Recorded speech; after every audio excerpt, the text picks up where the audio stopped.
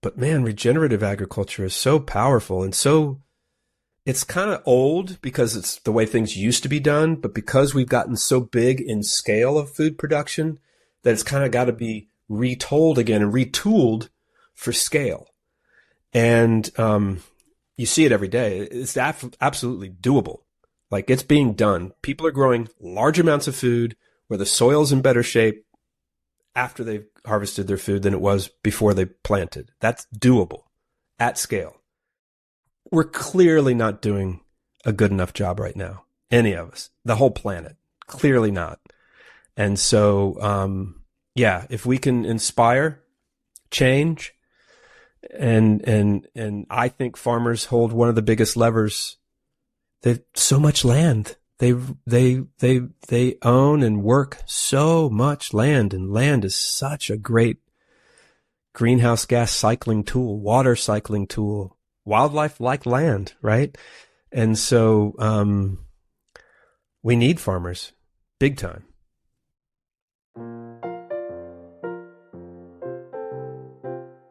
Welcome to another episode of We Are Carbon.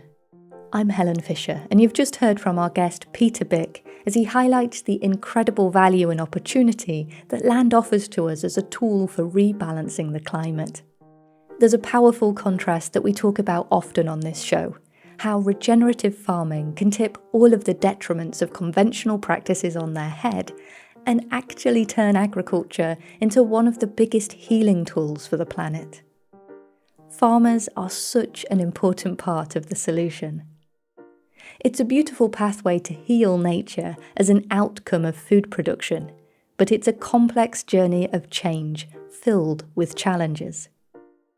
One piece of the puzzle for moving things forward at scale has got to be to get clearer about the data, which is why I'm so incredibly excited about the work that Peter has been involved with. He's been working with a team of pioneering scientists conducting research to compare regenerative cattle grazing directly with their conventional farming neighbours. And the results are in. You'll find links in the description to learn more about the 4-part docuseries that Peter has directed alongside this work. It's called Roots So Deep, You Can See the Devil Down There. And for now, I hope you enjoy listening through this chat with Peter. My name is Peter Byck. I'm a filmmaker and now a wrangler of scientists. I've been at Arizona State University. I'm in my 11th year, and I teach documentary filmmaking here for students who are from the schools of sustainability and journalism. And I've been making films about solutions to climate change with my wife, Krishna, since 2007. And I'm now on the road promoting our latest film, which is a series called Roots So Deep, You Can See the Devil Down There. And that includes and is part of a very large research project to study adaptive multi-paddock grazing on one side of the fence and conventional grazing on the other side of the fence, sort of the grazing that most people do in the counties where we did the research. And so we made the movie about the scientists and the farmers who were in that study. And so I'm now in this is the 10th year of the project. So it's been a good one. And you shared this with me, your latest film. And yep. I've been watching it over the sort of past week, or it didn't even take me that long because it's so incredible. I loved it. I found it addictive. I feel like I'm having withdrawals. It was like, okay, what can I watch now? So congratulations on bringing it all together because it's clearly a huge piece of work. Yeah, thank you. That's great praise, the fact that you're feeling withdrawals. Well, my social media team would say to you, don't worry, we're going to keep making stuff. And so that's exciting. Yeah, that's very good to know. Yeah. So before we go into the latest piece, you've as you've mentioned, you've been looking for climate solutions for a long, long time. Yep. And I thought it would be interesting to hear some highlights of that journey and how on earth did soil come up on that radar? Yeah. So we started Carbon Nation in 2007, and that's when I pivoted to focusing on solutions, right? As a documentary filmmaker, just as a human being, quite frankly. And we focused on climate change solutions. And our tagline was a climate change solutions movie that doesn't even care if you believe in climate change, which worked really well with my Uncle Phil and a whole lot of people who don't, but who still liked the ideas we were finding because they just made sense. You know, a lot of people don't like waste. They just don't know they're wasting. And a lot of people like clean air and clean water. As a matter of fact, every human being I've ever met likes clean air and clean water. They just didn't know that it was possible to have a cold beer and clean air and clean water. And so we have those stories. I was very surprised, but happy to find out that there was a large group of people in the Department of Defense, they called themselves the Greenhawks, who were working on clean energy solutions so that we didn't have to fight resource wars. And if we did have to fight resource wars, that we weren't getting trucks blown up full of oil because maybe we could have trucks that are powered some other way. Or we didn't have generators blown up full of oil at the front lines because maybe we could power them with solar and make it so that less people were getting killed.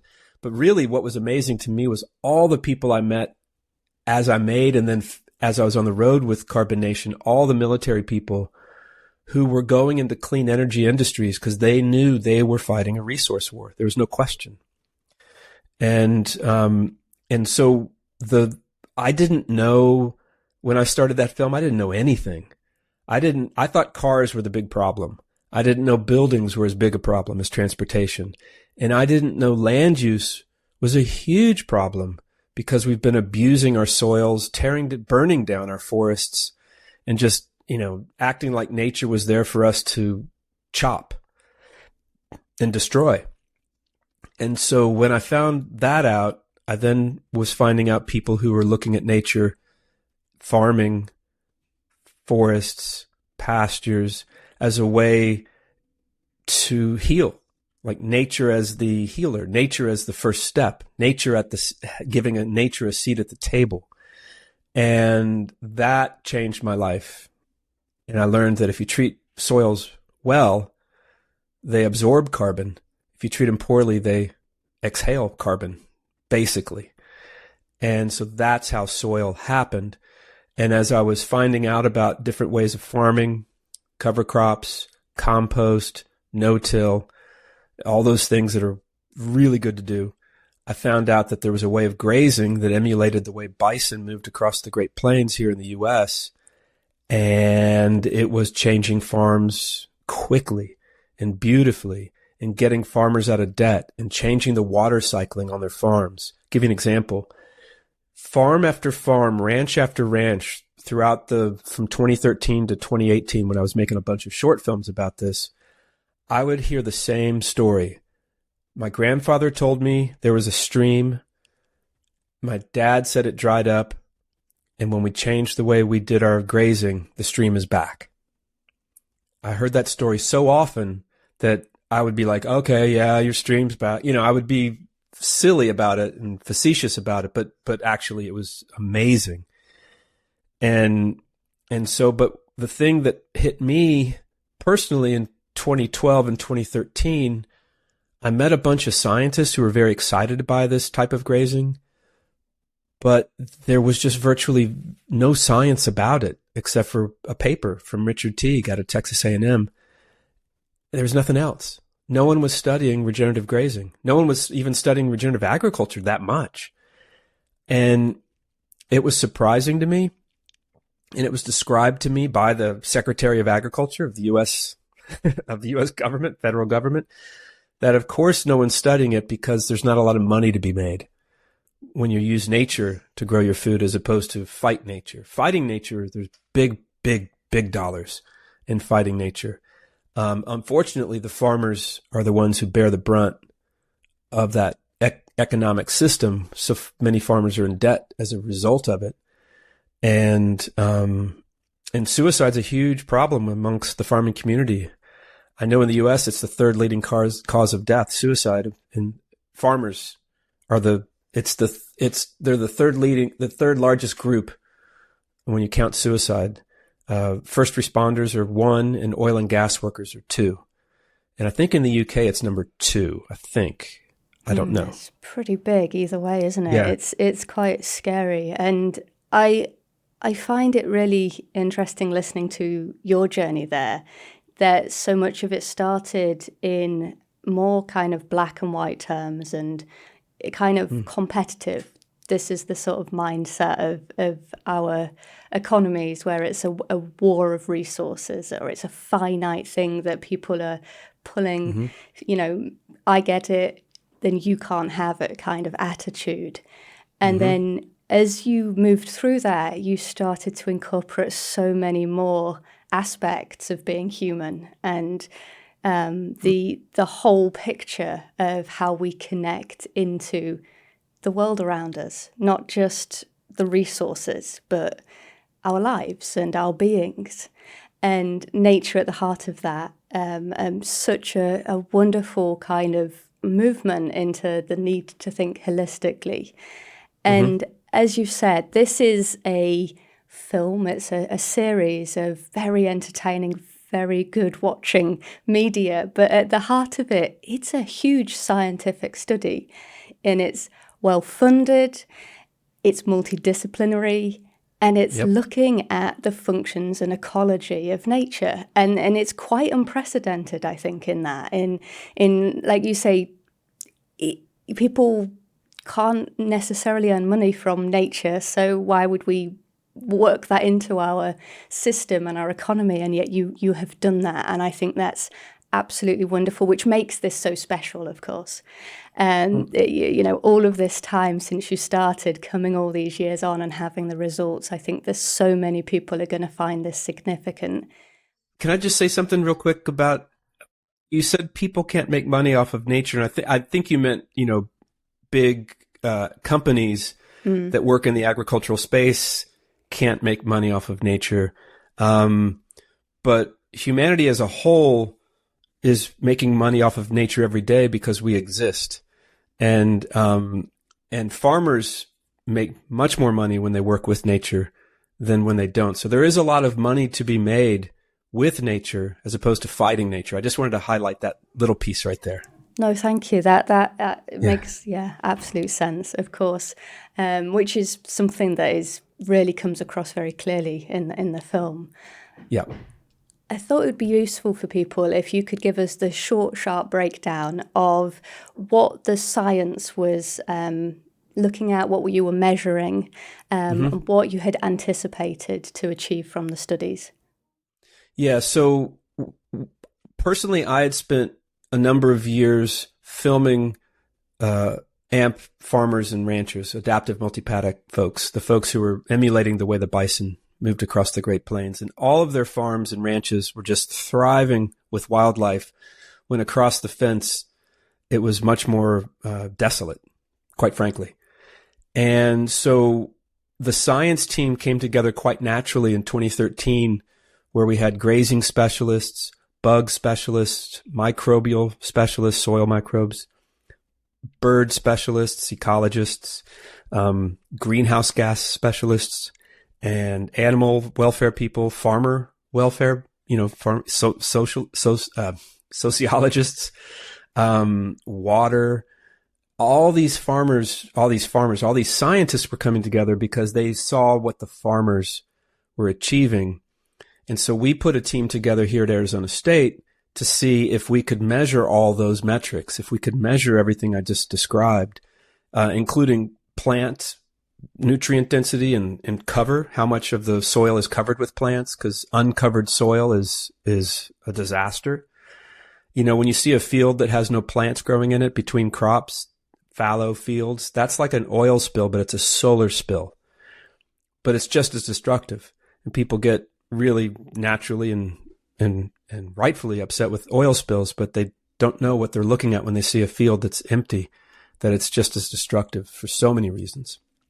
So all those pieces, all those scientists' focus came together, and we spent 2014 to 2018 designing and fundraising for this project with 7 universities and 3 independent research groups and the USDA, Agricultural Research Service. So we measured soil carbon and nitrogen, water infiltration, microbial life, bugs above and below ground, birds as an indicator for wildlife health.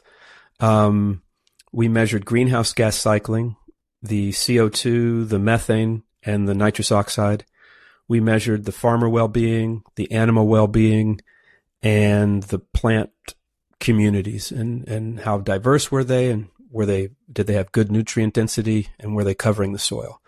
So we measured all those things in 2018 and 2019. The greenhouse gas work actually was the hardest to raise money for and the longest in the field, and that went on for another couple of years. And so some of those papers are published, and some of those papers are in process, various stages of process to be published. All of our work that is published and will be published is on our website, which is rootsodeep.org. And there's a tab that says research, and under there's published research, which is our team, and then related research, which is this growing body of work showing regenerative agriculture working in pieces. Our work was that we wanted to do a system.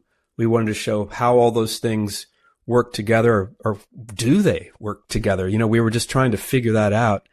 Our expectations were, certainly our observations to even think about doing the science was that it seemed like the regenerative grazing, the AMP grazing, some people call it holistic plan grazing or managed intensive grazing or mob grazing or strip grazing.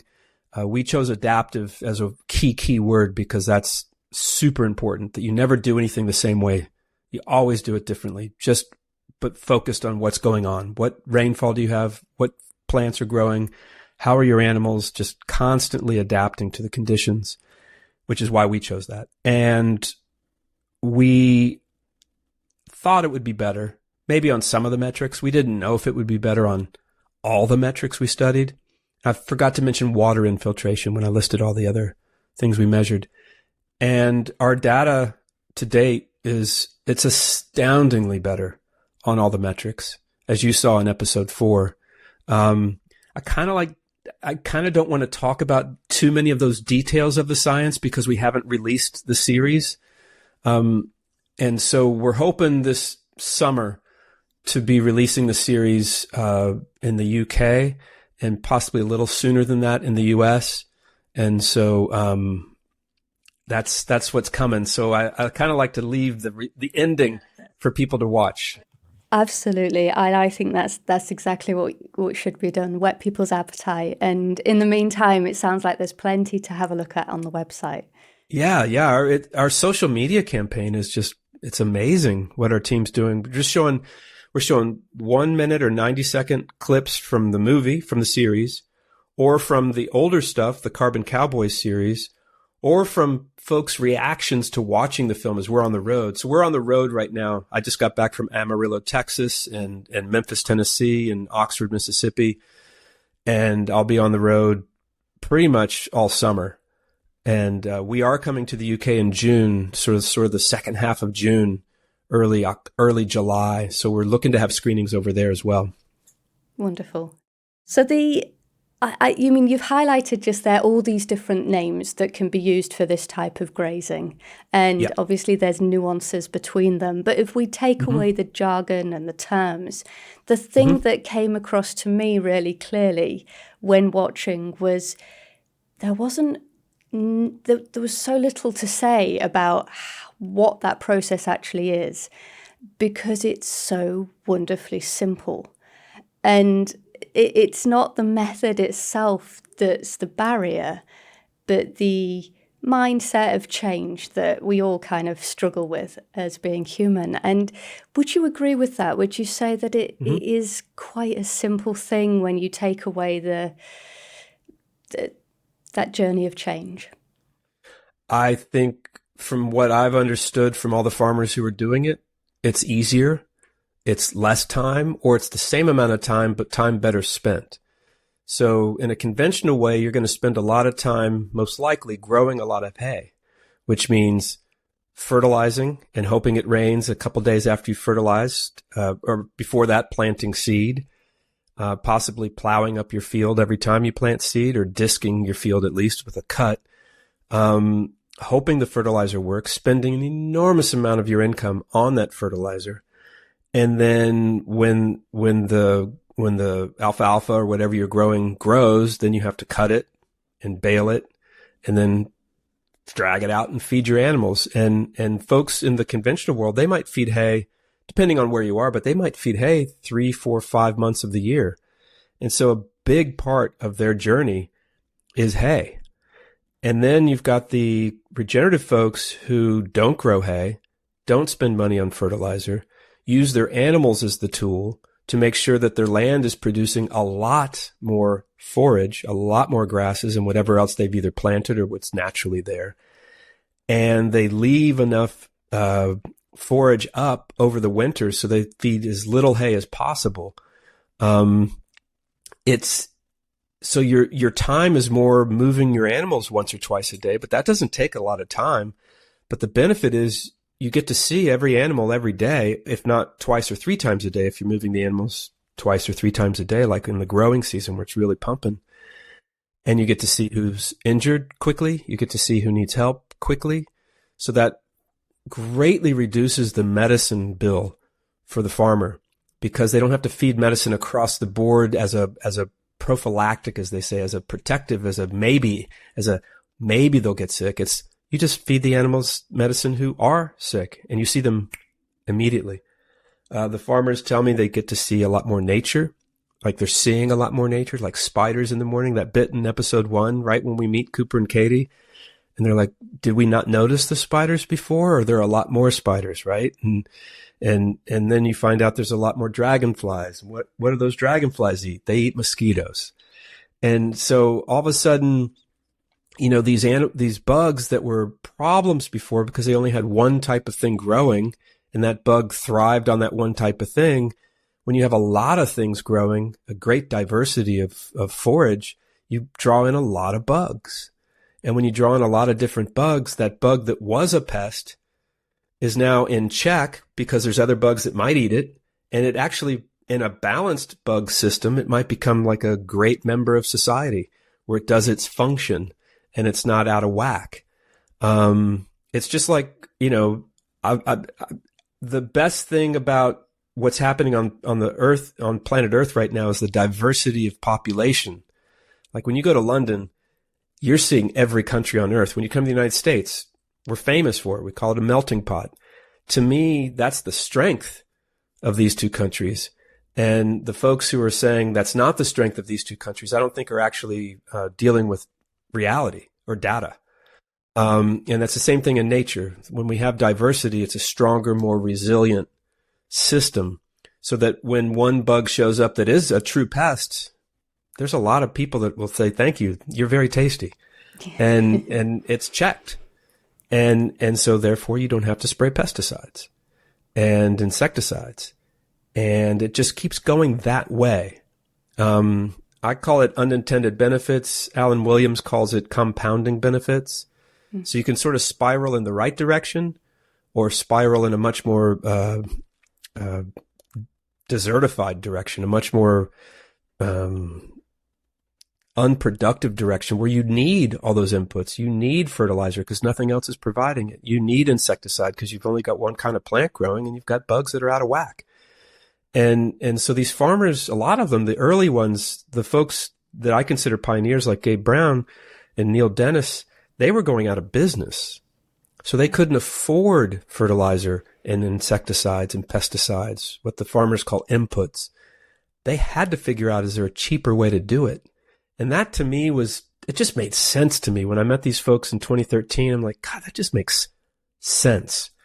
You're spending a lot less money. You're working with nature, which is basically using, upwards of 3.2 billion years of R&D, right? As opposed to the last 150 years, 200 years where we're fighting nature more and more and more from a kind of an arrogant human perspective, And I get it.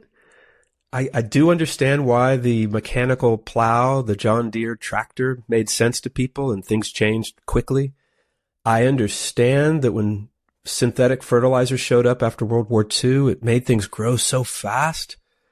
that makes perfect sense that you would put that in and go down that road of chemical agriculture. It makes sense why it started.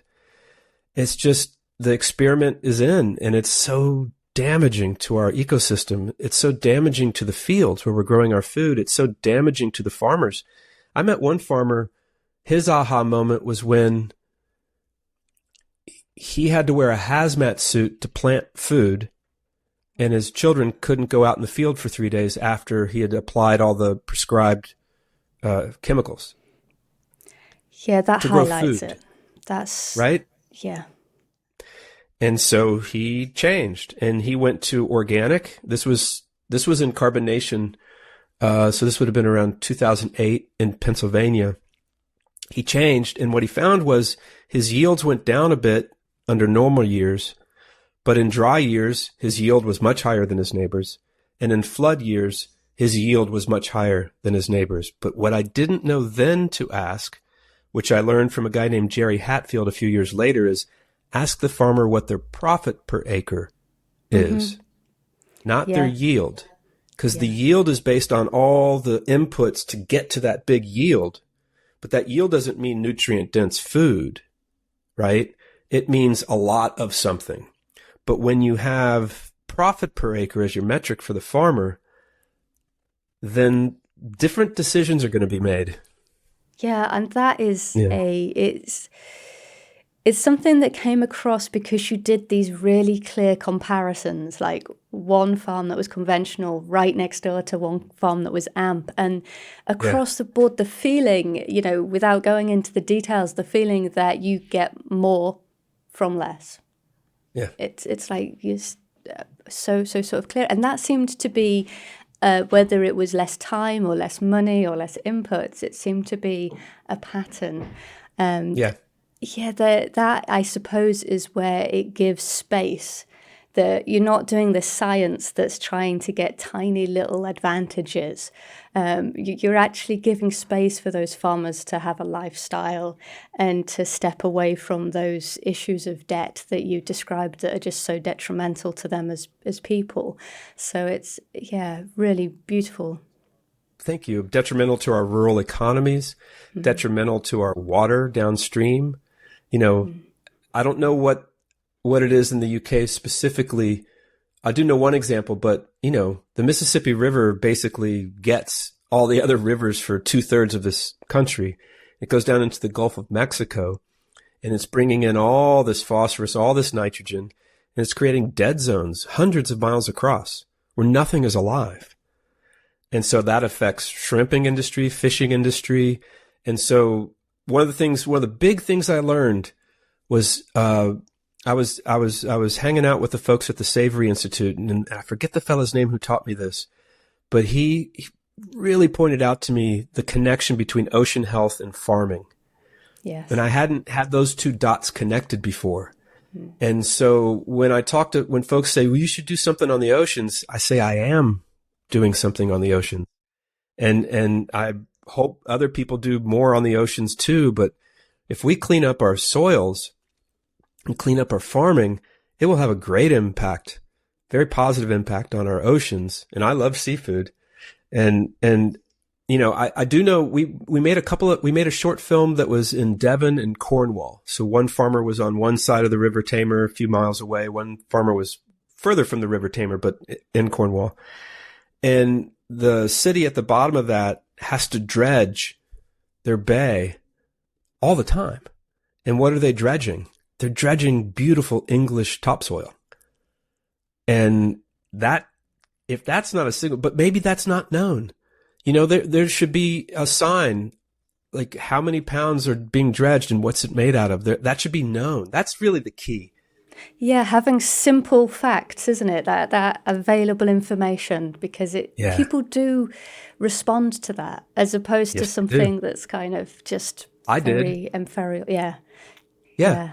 It just details, right? So education, I wish I could think of a better word than education, because it feels like sort of a master subservient kind of thing, or teacher-student kind of thing. But knowledge sharing, whatever it is, that's the game right now. Yeah. That's the game for us as a team, and for why we made a documentary on science, because anyone could tell you that, a certain amount of people read scientific journals, right? But a lot more people watch a documentary. Now, what we didn't know was, would we find interesting farmers? Yes, and you did. And would my scientists be interesting on screen? I knew some of them would be, but I didn't know all of them would be. And the farmers we found on both sides of the fence are really cool people. I mean, we got lucky. We got lucky. We got really lucky. Is it lucky, or did you connect with them? Because you brought something that was so meaningful to them, and you were able to understand what mattered to them and how to speak to them. And I think that really came across. I think that there's a lot of credit to yourself there for how you brought the best out of them. I think being a curious human being, and doing a lot of my work with just me and a camera and a microphone, I get a lot of time alone with farmers. And on this film, we brought in a second camera, and for the big chunk of it was a guy named Chris Smith, who was a former student of mine. And then we had another former student of mine, Nick Serpa, come on, and then Kenzie Greer came on, and some of my editors like Ben Daughtry and Michael Meese. I had everybody shooting at some point. And so it was good to have a second camera. It was good to have two cameras, right? Mm-hmm. But the farmers, the people, if you are listening to them, right? Truly listening to anybody, if you're at a bar, right? If you're in a cab, I love that. I love hearing people's stories. And, I love meeting my friends' parents, because then I get a sense of where they came from. And if I can meet their grandparents, then that's even better, right? Because you got a whole library of stories, right? And so I think that helps. When I tell my students, I'm just like, be curious. And as long as you're coming from a place of respect, you can ask anyone anything. They can choose not to answer it, but be personal. Yeah. Be personal. And so, I'd like to know people, and so that's why I say we were lucky, because we got really cool people. And what you're saying is that we as a team were good at making them feel relaxed enough to let us see them. Right? Yes. And I agree with that. I like to, that's a skill that I'm happy to have, to make people feel comfortable, even though I've got a freaking camera and a mic. Yeah, which can be face. pretty off-putting. Right? Yeah. But what's so cool is we got to spend a lot of time with folks. A lot of films I make, I get to spend a day with someone and then I'm gone. And I still have to achieve comfort, right? I'm already down the road to that because I celebrate. I don't denigrate. And so folks really know that if we're showing up, me and my team, we're there to celebrate. Mm. We're not there to criticize or poke. And there's really good journalism that's really necessary, that does criticize, that does poke. And it's very important, more now than probably ever. And I have huge respect for journalists who go in there to uncover, right? To really get in there and give us knowledge that we don't have otherwise, that's being hidden from us. So I'm not saying that there's only one way to make a movie or one way to interview somebody, but I've chosen to be in a place where I get to celebrate people. That's kind of our game right now. I'm not saying that's the only kind of film I'm going to make, but it's what I've been doing for 17 years. And it feels good. It doesn't mean that we're not talking about problems, or we're not talking about huge problems. I mean, we're talking about climate change. It's you want to get any bigger? I don't know of any bigger problem right now. But we're trying to figure out, is there a way to solve it? And so many solutions to climate change are beneficial, like really beneficial. And the technology's in hand. It's just politicians not getting it, quite frankly. And you see that across the world. Yeah, and I think that could be something that is so key to you bringing together all of these disciplines with this, because you've got this really respectable science, and then you've got that personal connection and that human story. And there's something you said about, not quite wanting to call it education, but you're basically distilling it from research reports to documentary. And then it's taking it from documentary to conversation. And I think that's what you're giving people, and that's where it can spread. And then it goes in the other direction. And people that have had those conversations have then got the documentary as the tool. And there's no doubt that people watching this will, for the first time, think, I'm going to go and have a little look at that report. And you're kind of bringing that connection throughout with the info, and that's true knowledge sharing. Yeah, no, you're right. It is a two-way street. And when we were fundraising for this, different funders would say, okay, let's say the science gets done. Let's say you show there's a benefit on the regenerative side. What next? Right? That's 10 farms, 5 farm pairs in one section of one country. What next? And I said, well, if this does show there's solutions, then we get loud and we try to get the information to as many farmers as possible and help them. So we're designing a program now that's basically, okay, we get information to farmers, and then if they want to learn, we get that information to them. And if they need a loan, we'll get the banks, we'll find the financial instrument to do that. And then we get to do science on all these new farms, and we get to show the change, sometimes in real time. We have these things called flux towers that are measuring the flux of greenhouse gases in and out of the system. They're getting cheaper. They're still expensive, but if we could put a flux tower on all these farms that come in, then we could have it real time. You could see the carbon going in and out of the system, and then keep telling the stories, right? There's a really interesting thing in science where if you have stories, they call that anecdotal. And they look at anecdotal as less than. There's a group of scientists, and it's a large group, that look at stories as not science. And I've discovered that because I'm not a scientist. I've certainly worked with scientists every day, and I've been doing that for about a decade. And the idea that experience isn't valuable or isn't publishable is a strange position to be in. I mentioned grandparents before. So all those stories, all their experiences aren't of value to science. All those years of farming or whatever it is, hunting, building, writing, politics, whatever it is, how come the stories aren't valuable? Because scientists think that stories are, I think, sort of soft. They're fallible. When I'm telling you what, scientists are fallible. Science is challengeable, right? Every paper should be challenged. All of our papers are getting really challenged because there's a lot of folks who don't want cattle to be a part of the solution. They're right that industrial agriculture across the board, livestock, row crop, huge problems, huge, giant problems. But regenerative agriculture is the exact opposite of that.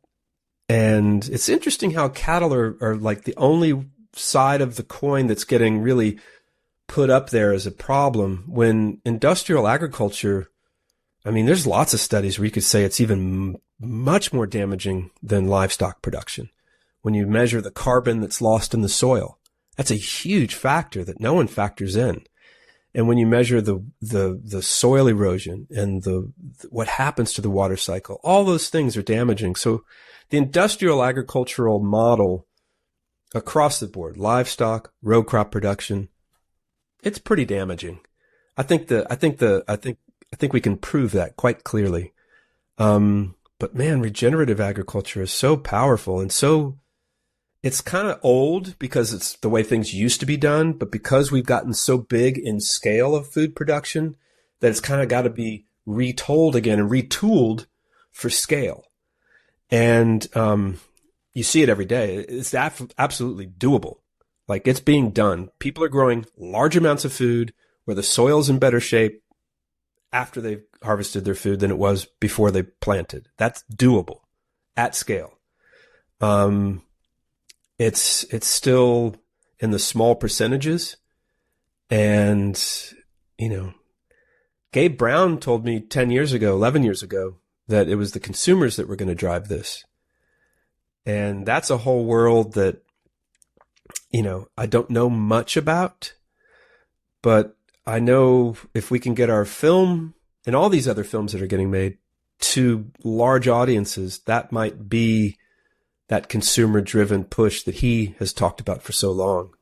It can certainly only help, can't it? Giving them so many tools. And there's so many aspects within the content that I think people can visually connect to, and something different for everybody, perhaps. I think one of my favourite, and I don't know what this says about me, but the comparison of the dung on the two farms. And it was like on the conventional farm, it was preserved. Like, you can preserve paper in a landfill and it can last for hundreds of years. It's kind of like that was happening.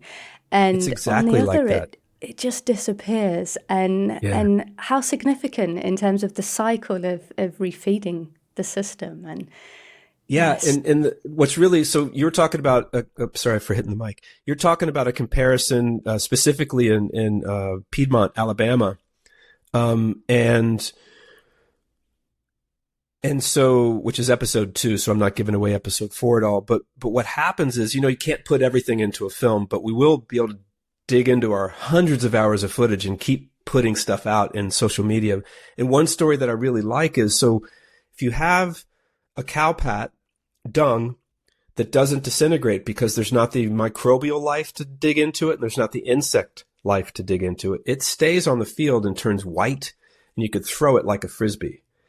And what happens is then that part of your pasture becomes unusable because you're not growing anything out of that dung that the animal wants to eat. The animal doesn't want to be near their dung. They want to be near forage. And so if you have these cow pats all around your pasture, you get these sort of unwanted plants growing right around it, and you literally shrink the size of your farm. Like, it's less area to graze. You're shrinking your value. And when the farmers on the other side of that are grazing in a manner that has a lot of rest period with a heavy hit, but a lot of rest, they're actually able to double the amount of forage they're producing, which means they can double the amount of animals they can graze. And sometimes it's triple or quadruple. It is quite a significant leap over the years, and it's not a whole long time either.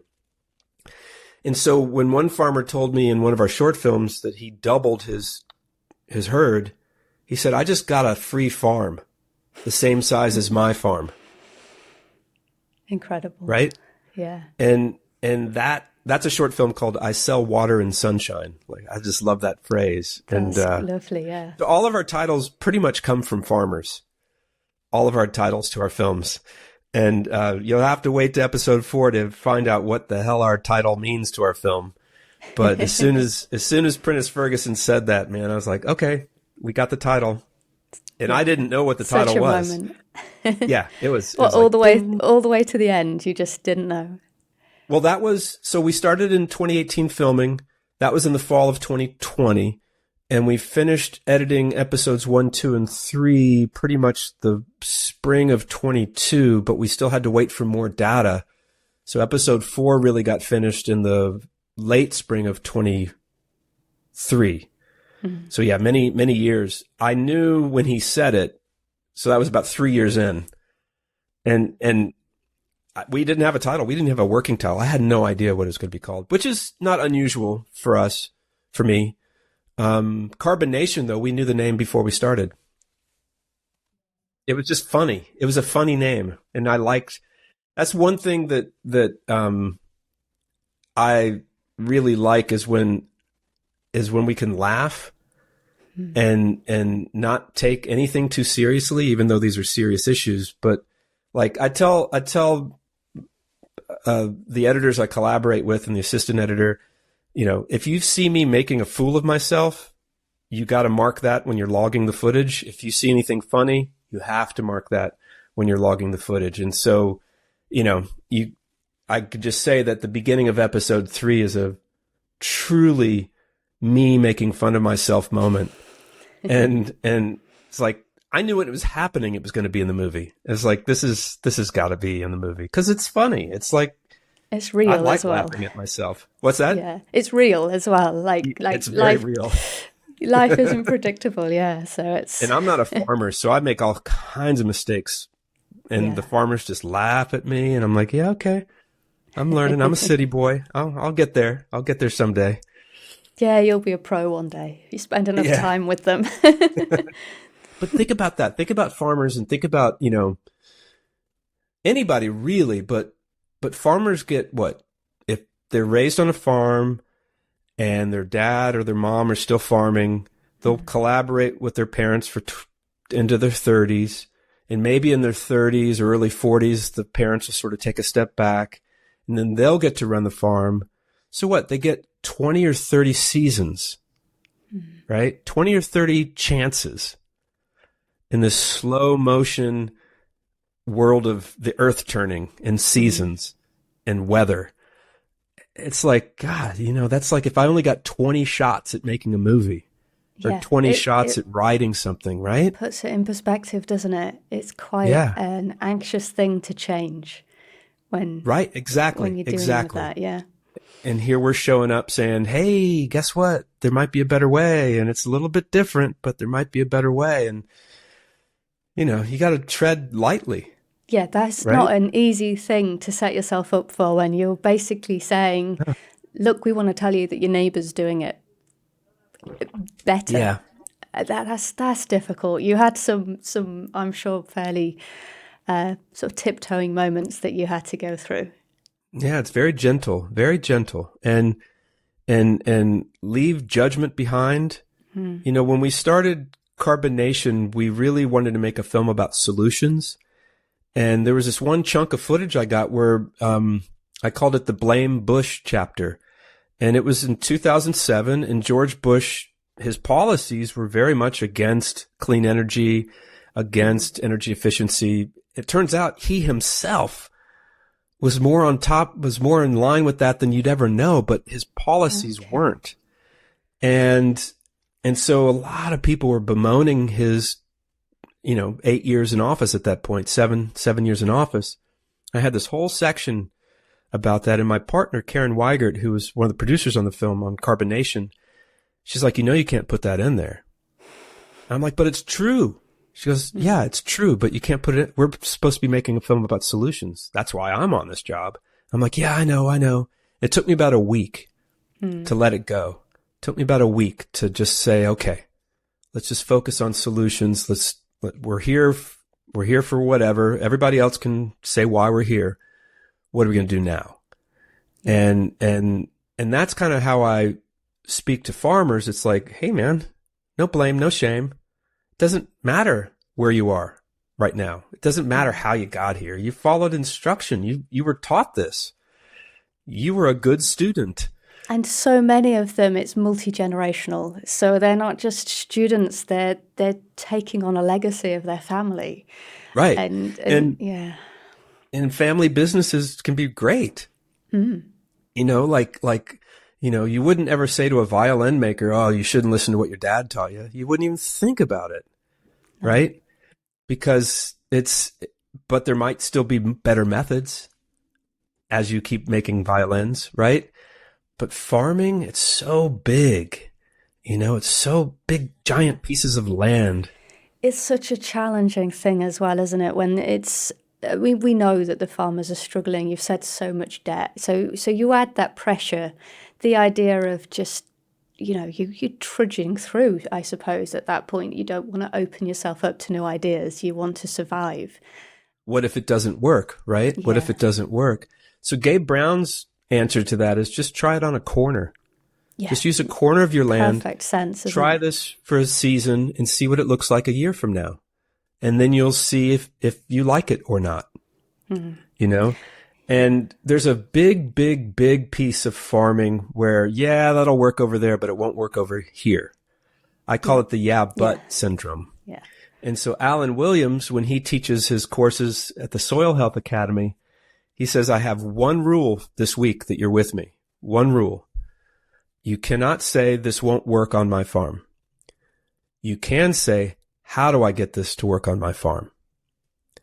And I promise you, he says, I will show you how this can work on your farm. And so that's a big, I was just in Amarillo, Texas, and, you know, everyone was like, well, it might work in Mississippi, but it's not going to work here. Or it might work in eastern Texas. They get a lot more rain, but it's not going to work here. And then you find out, gosh, this guy's regenerating the desert. Oh, you know? Exactly. Yeah, that's powerful, right? Isn't it? Yeah, this guy, Alejandro Carrillo, he's regenerating his family's ranch in the Chihuahuan Desert in Mexico, you know, a ways south of El Paso, Texas. And he's doing it. You go online, look at the pictures. He is doing it. Yeah.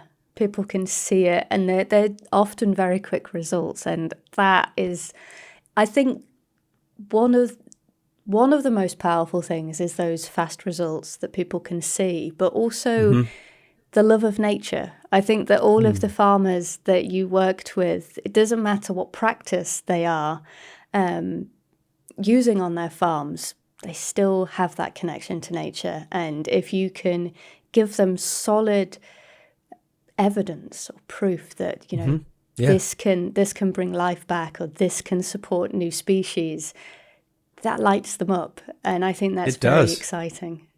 Yeah, every farmer I've ever met, every rancher loves their land, period.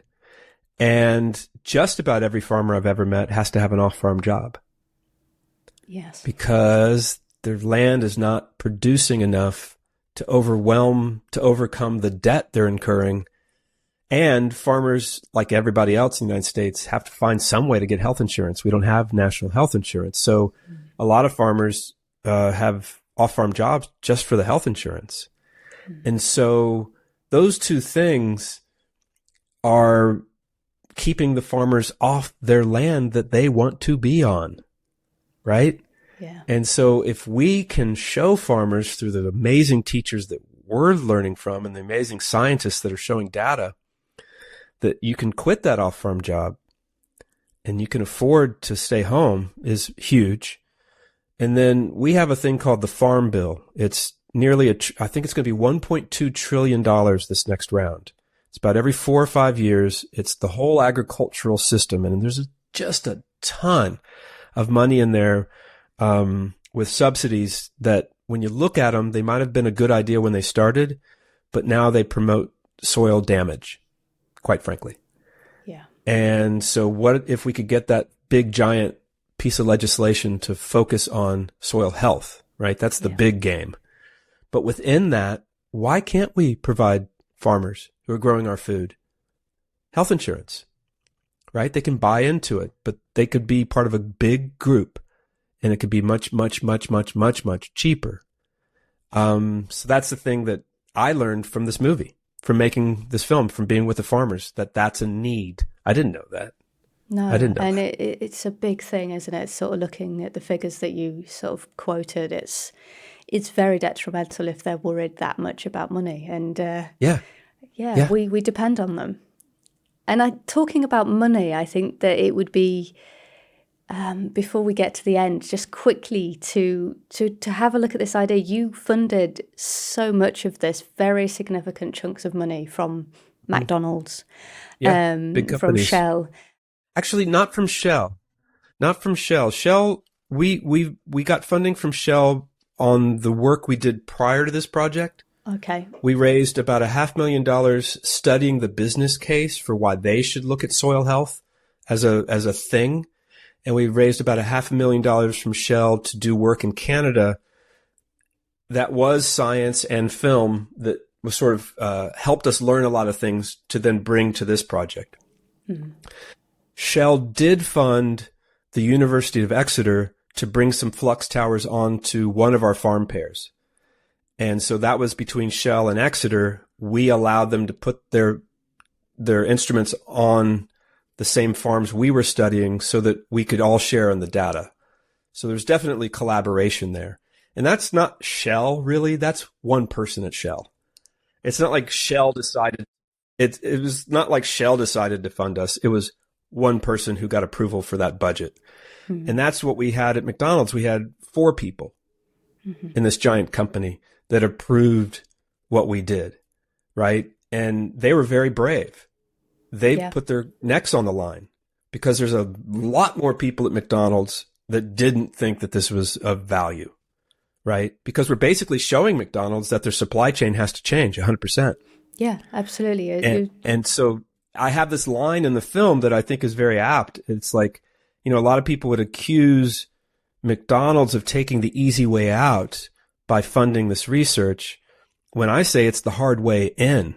Mm-hmm. Like, we're literally showing them with rigorous scientific data that their supply chain, if it doesn't change, then it's going to be detrimental. If it does change, it could be foundational as a solution. So I went to the big companies on purpose. I wanted Shell to pay for this research, but they chose not to. And we worked 4 years trying to get them to fund this big project.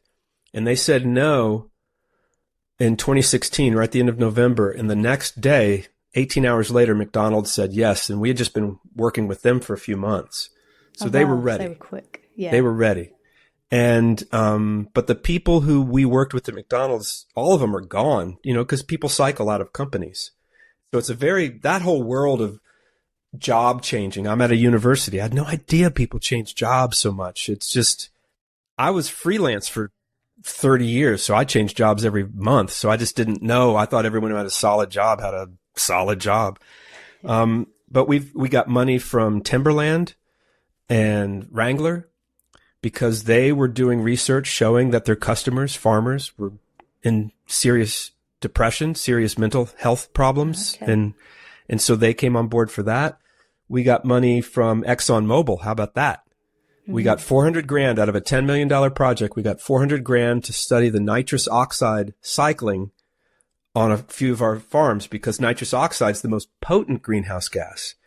And if you're studying greenhouse gas cycling on a farm system and you're just focused on carbon dioxide, and you don't talk about methane and you don't talk about nitrous dioxide, then you're not getting the story. So that's when I back up. When we say rigorous, we mean rigorous.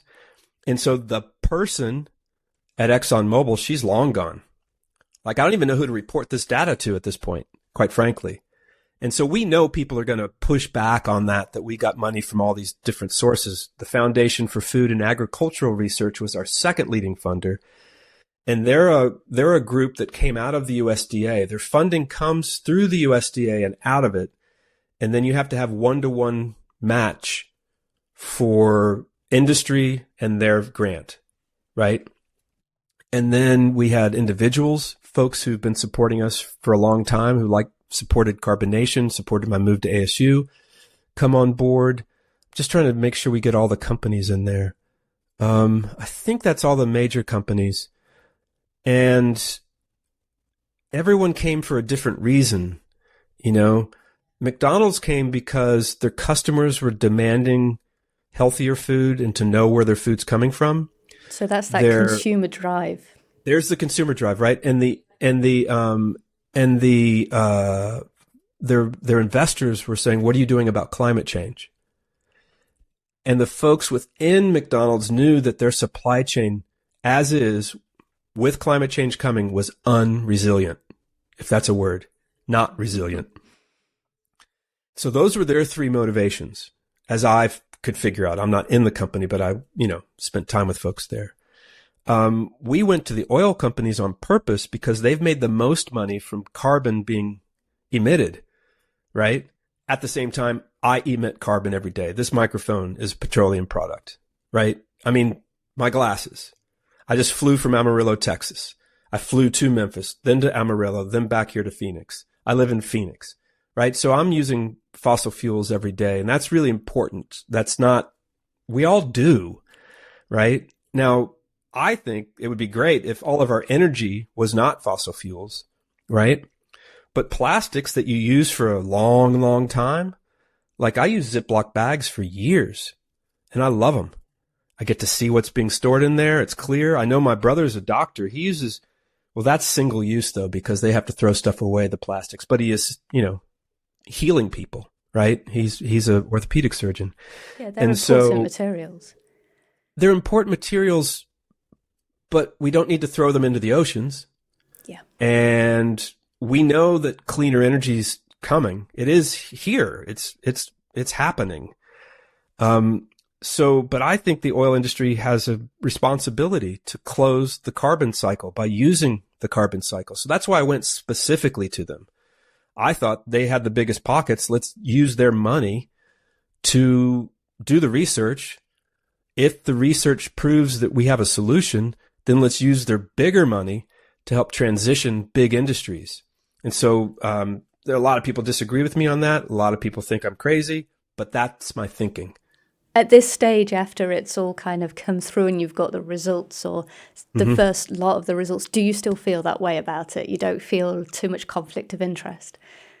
I think there's no conflict of interest for me because I wanted to get this funding done so that we could find that out.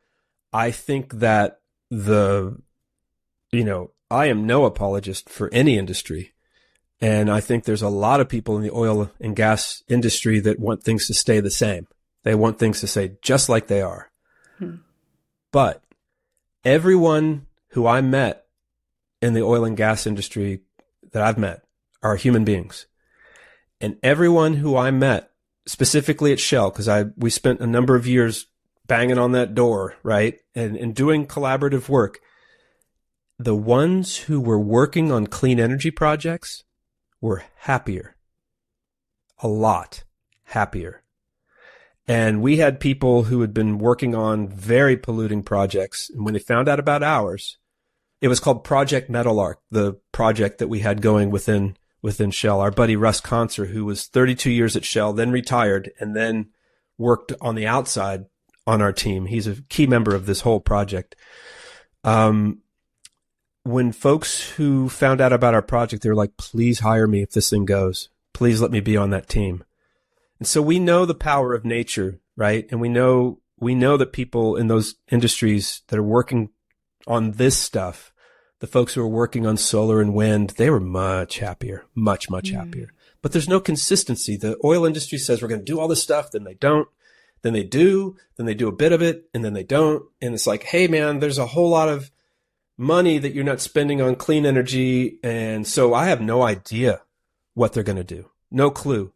But I do know that healthy soils offer a great benefit to every human. And so if these companies can do things that are beneficial to humans, right? Then we can get down the road. If we have to fight them, it's going to be really hard. Yeah. And so that's why our goal as a team is to show these big companies that this is in their best interest. Try to do it from a selfish point of view. Try to do it from just a business point of view. If they have healthy employees who are eating healthy food that's grown on healthy land, then their healthcare costs go way down and their productivities go way up, right? Let's just talk numbers. Just talk numbers. It makes sense anyway. And that's what I've been doing for about 11 years, that particular strategy. And who knows if it's going to work? Who knows if it's going to, if I'm going to fall on my face?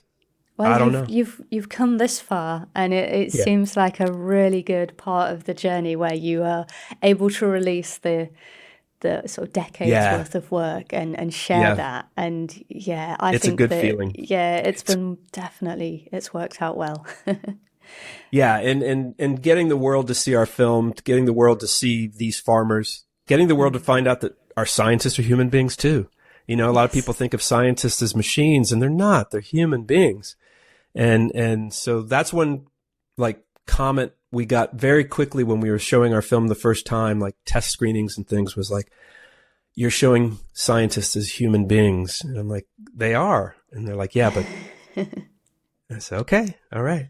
So I didn't, a lot of these things I didn't consciously think of, but it's nice to hear what people are thinking about it, including you. So it's very kind. Yeah, no, I think it's fantastic. I think there's a lot more to come. Can I just say that if anyone wants to read where every dollar came from, all they have to do is go to our website, and under the research tab where the research is, there's a thing called funding history or something like that. And you can find out where every dollar came from. We're very upfront about that. We want people to know where the money came from. We're not in any way, shape, or form hiding from it. No, we're putting it right out front. Out front. Excellent. That's brilliant. Yeah. I think it's very hopeful, I think, for a lot of other projects that it's possible to get all of these different interests on board and all work together towards what is, like you say, it's benefiting everybody in one way or another, or in all ways. So, yeah. Yeah. I just like that we were able to make the case to all these different industries. Like Timberland, they sell boots, right? Well, their biggest greenhouse gas part of their supply chain is leather. So we're able to turn them on to farmers who grow cows regeneratively so that leather can be not damaging the planet.